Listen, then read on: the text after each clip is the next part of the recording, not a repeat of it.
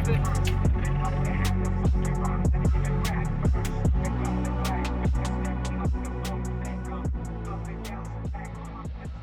We're at the Cocklebiddy Roadhouse filling up with fuel. Keen to get into it. Just pulled out of Cocklebiddy Roadhouse and we've got about 10 k's to the turn off to the Air Bird Observatory Road, and then it's 33 k's to basically the coast and the start of the first beach entry in. So we'll air down at the start and get into it. Keen as. Sound of adventure, that is.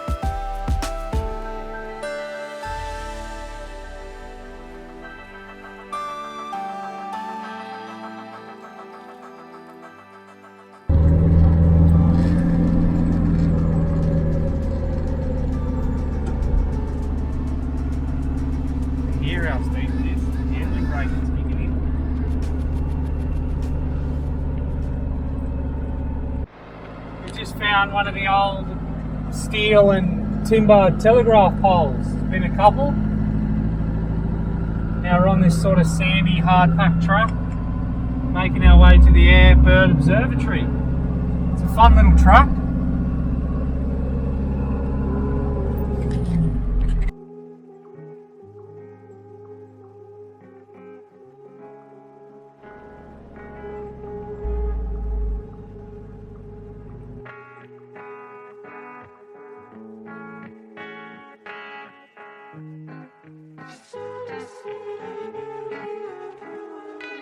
Sometimes I think about myself. I wish I was somewhere else, far from my fear, anxiety, far from my weakness. So we're dropping another 5 psi to go down to 15 psi. We're doing the Canagle Beach entry and then a beach run along Canagle Beach, and then we don't know what the exit's like. There's a camp just on the other side. It's 30 kilometres. We may camp there or we may kick on further. This is a sand flag that we bought for $9. But for safety purposes, we'll hoist the flag.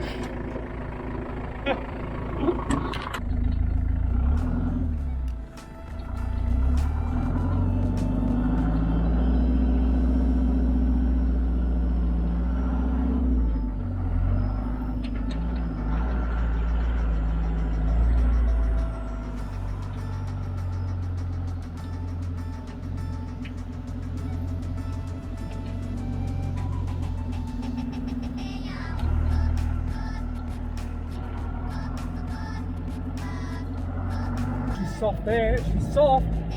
Get into it. Yep, and we're on.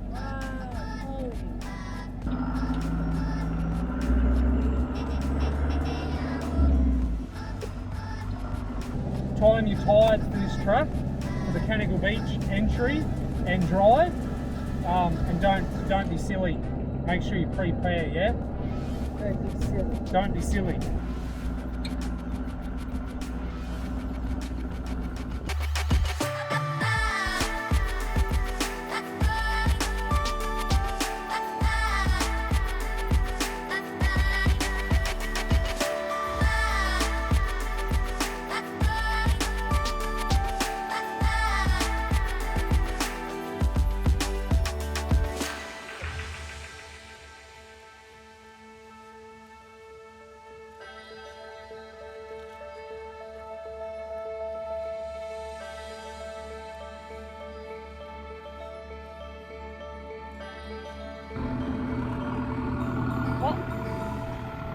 Canagle Beach done. We're on to Twilight Cove.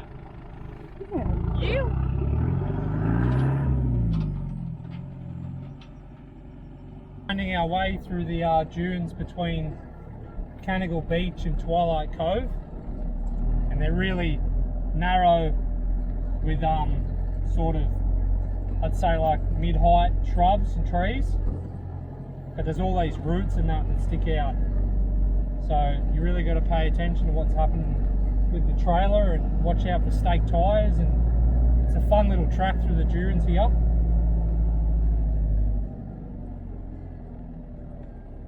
And some sections are fairly off camber.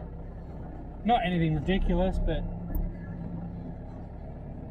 so if you like your paint a lot, maybe don't do this track, but if you don't care, definitely do this track. Just put it on your list.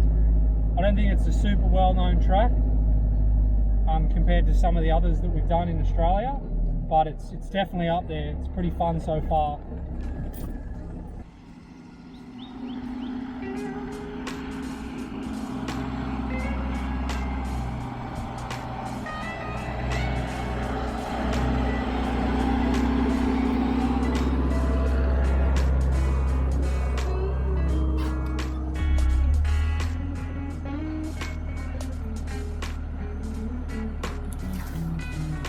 Sometimes I think about myself and I wish me the best, but I just think I'm missing a voice and skills, I must confess. Speaking in English, but I'm just French. I would like to speak better, add a better fine rhyme to my letter on time like a watch. 2:30 in the afternoon, and we've finally pulled up for lunch. Just pulled off the truck, and we got some pepperoni, leftover spuds, some chili and garlic aioli in this stunning dune area. Welcome to Phil's Bush Tucker. What we got here is pig's face, and it grows all in the coastal dunes, and you can eat the flowers. They don't taste that great, they're salty. You can also eat the leaves, also salty, and got like a bitter taste. But then the flowers, once they've flowered, they turn into a fruit, and they're similar to kiwi fruit, and they're absolutely delicious. So if you see like a red bulbous fruit on any of this pig face, pick them up because they're so nice. Delicious. Anyway, we'll kick on with the track. That's a little bit of bush tucker, and we'll see what else we can find. Just across from the pig's face, we've got this lovely bush tucker called nitra bush, or it's also called a bush grape. And when they're in season, they go this lovely red colour, but sometimes you can see them in there. There's some yellow and green, and they have they taste like a salty grape, and they have a little seed, and they're really high in vitamins and delicious. There's plenty to eat and stuff on the bush tracks. You just got to know what you're looking for.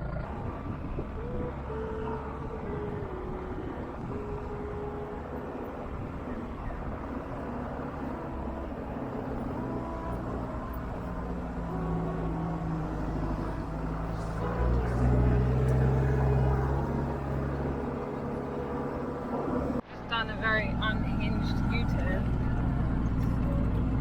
We're on a track that I don't think we were meant to go down for our maps, because we need to be at camp because we only have 45 minutes of sunlight left. We were cruising down this beach, which is very lovely, but then the track sort of started to end and we were going further towards the water. So we've done a crazy U-turn in 4th gear low through some soft and bumpy bits. Also, this sand track isn't on our maps app.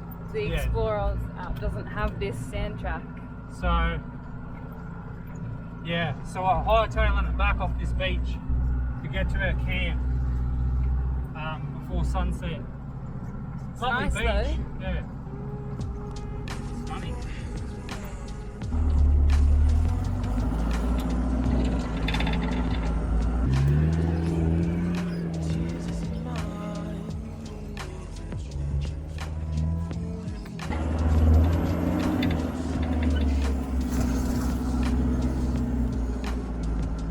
Alright, so we've arrived at camp after the debacle, and there's one road that goes up, but we can't find that road. But then there's another track that goes up that has recent, well, fairly recent tyre marks, like maybe the last couple of days. So we're on that track, and it does meet up in a T intersection with the track that we're meant to be on. So we're going to kick on going up that tomorrow, because the beach track looks a bit, been warned about how soft it can be, and we're here by ourselves, so we're going to stay clear of that. I'd rather get bogged on a little goat track than with water coming in the side of the doors. So this is our camp for the night.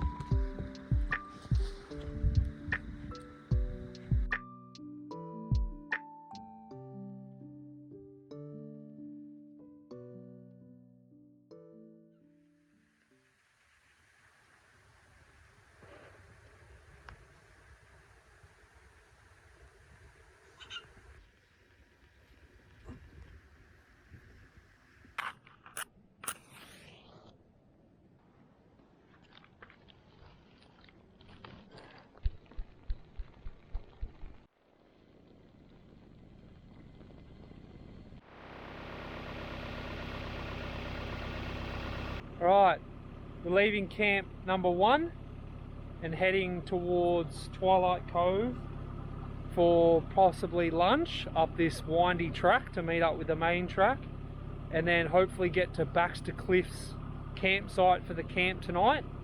So we've got the landy warmed up, let's roll out, and hopefully it should be some fun track to get there.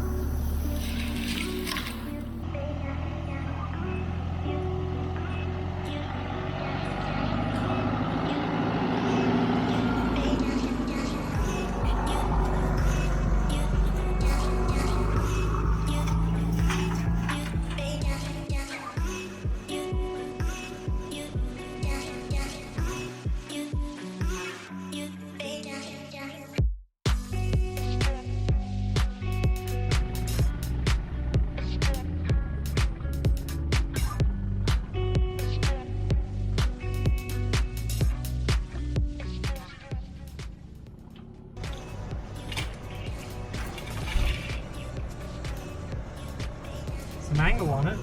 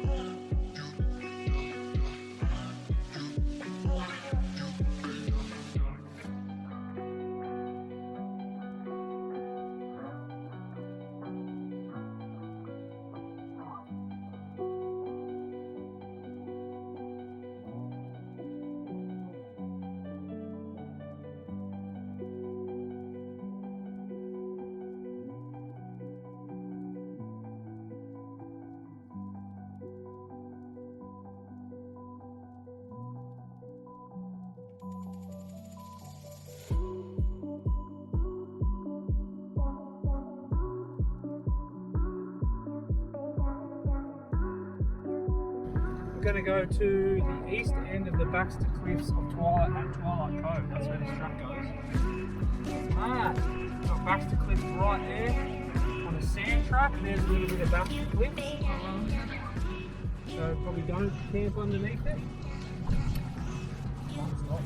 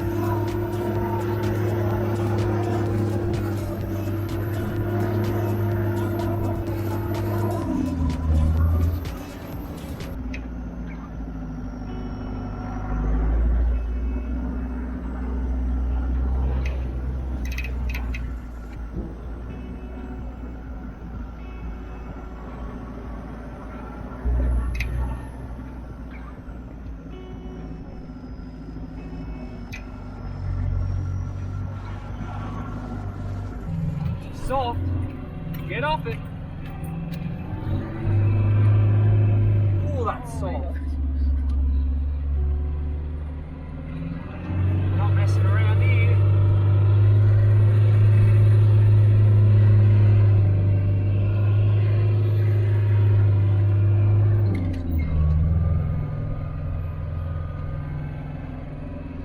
Feels alright, but I'm not slowing down.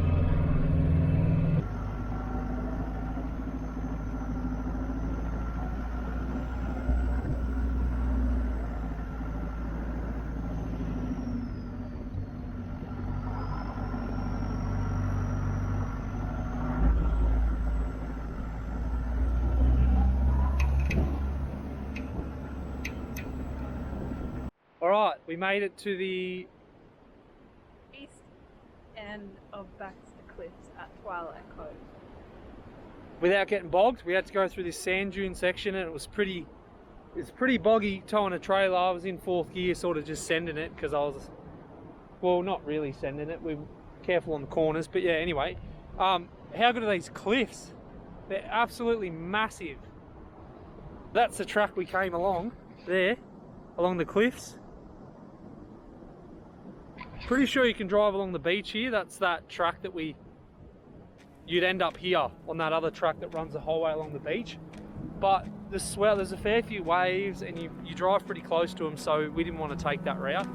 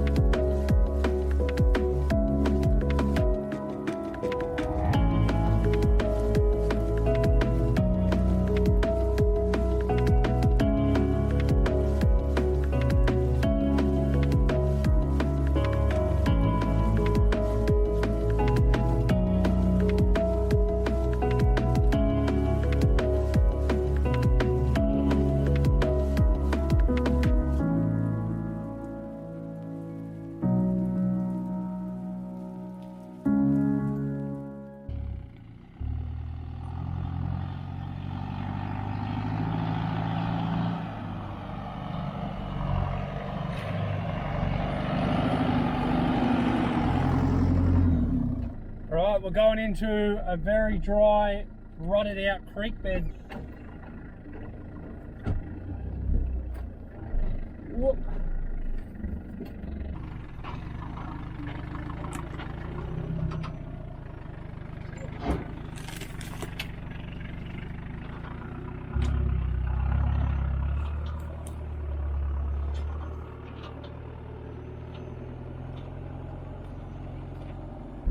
Easy done, mate. Easy. Spooky. Was it? Did it look what? Yeah, but it didn't feel that bad inside. Oh, do we go up the smart way because we're by ourselves? Or do we go up the Flexi Boy way because the Flexi Boy way is fun? We just got out to have a look at how sloppy this is. Shoes off moment. Oh, it's Yeah, it's a pass. Oh, might be alright. Hard bottom. Hard bottom.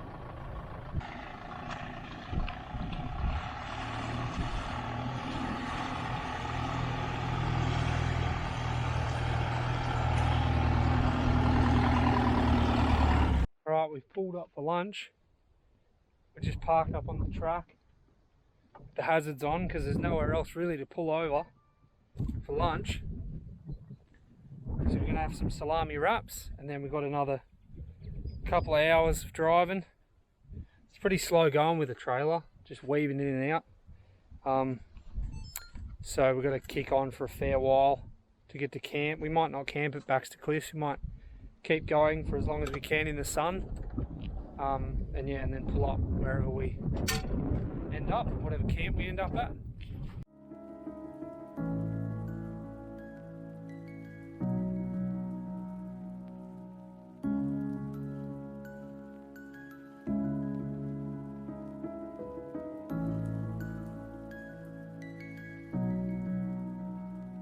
Rocky, slowly weaving its way through, up and down the dunes. Awesome track, stunning, there's wildflowers, all sorts of things. But yeah, it doesn't really change, so... Found some of the Telegraph line. It's just all running along the ground. Really cool. So we've been tracking this line, we're back on that main Telegraph track. We've been tracking it for, I'd say, at least a kilometre or so. And it's heaps evident here, it's literally on the track, just laying along the track.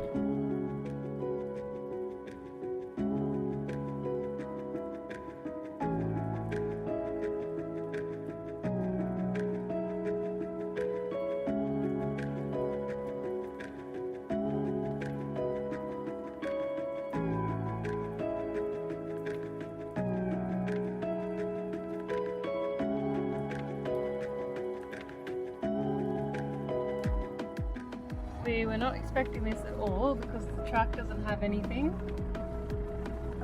But we just came to this like big body of water.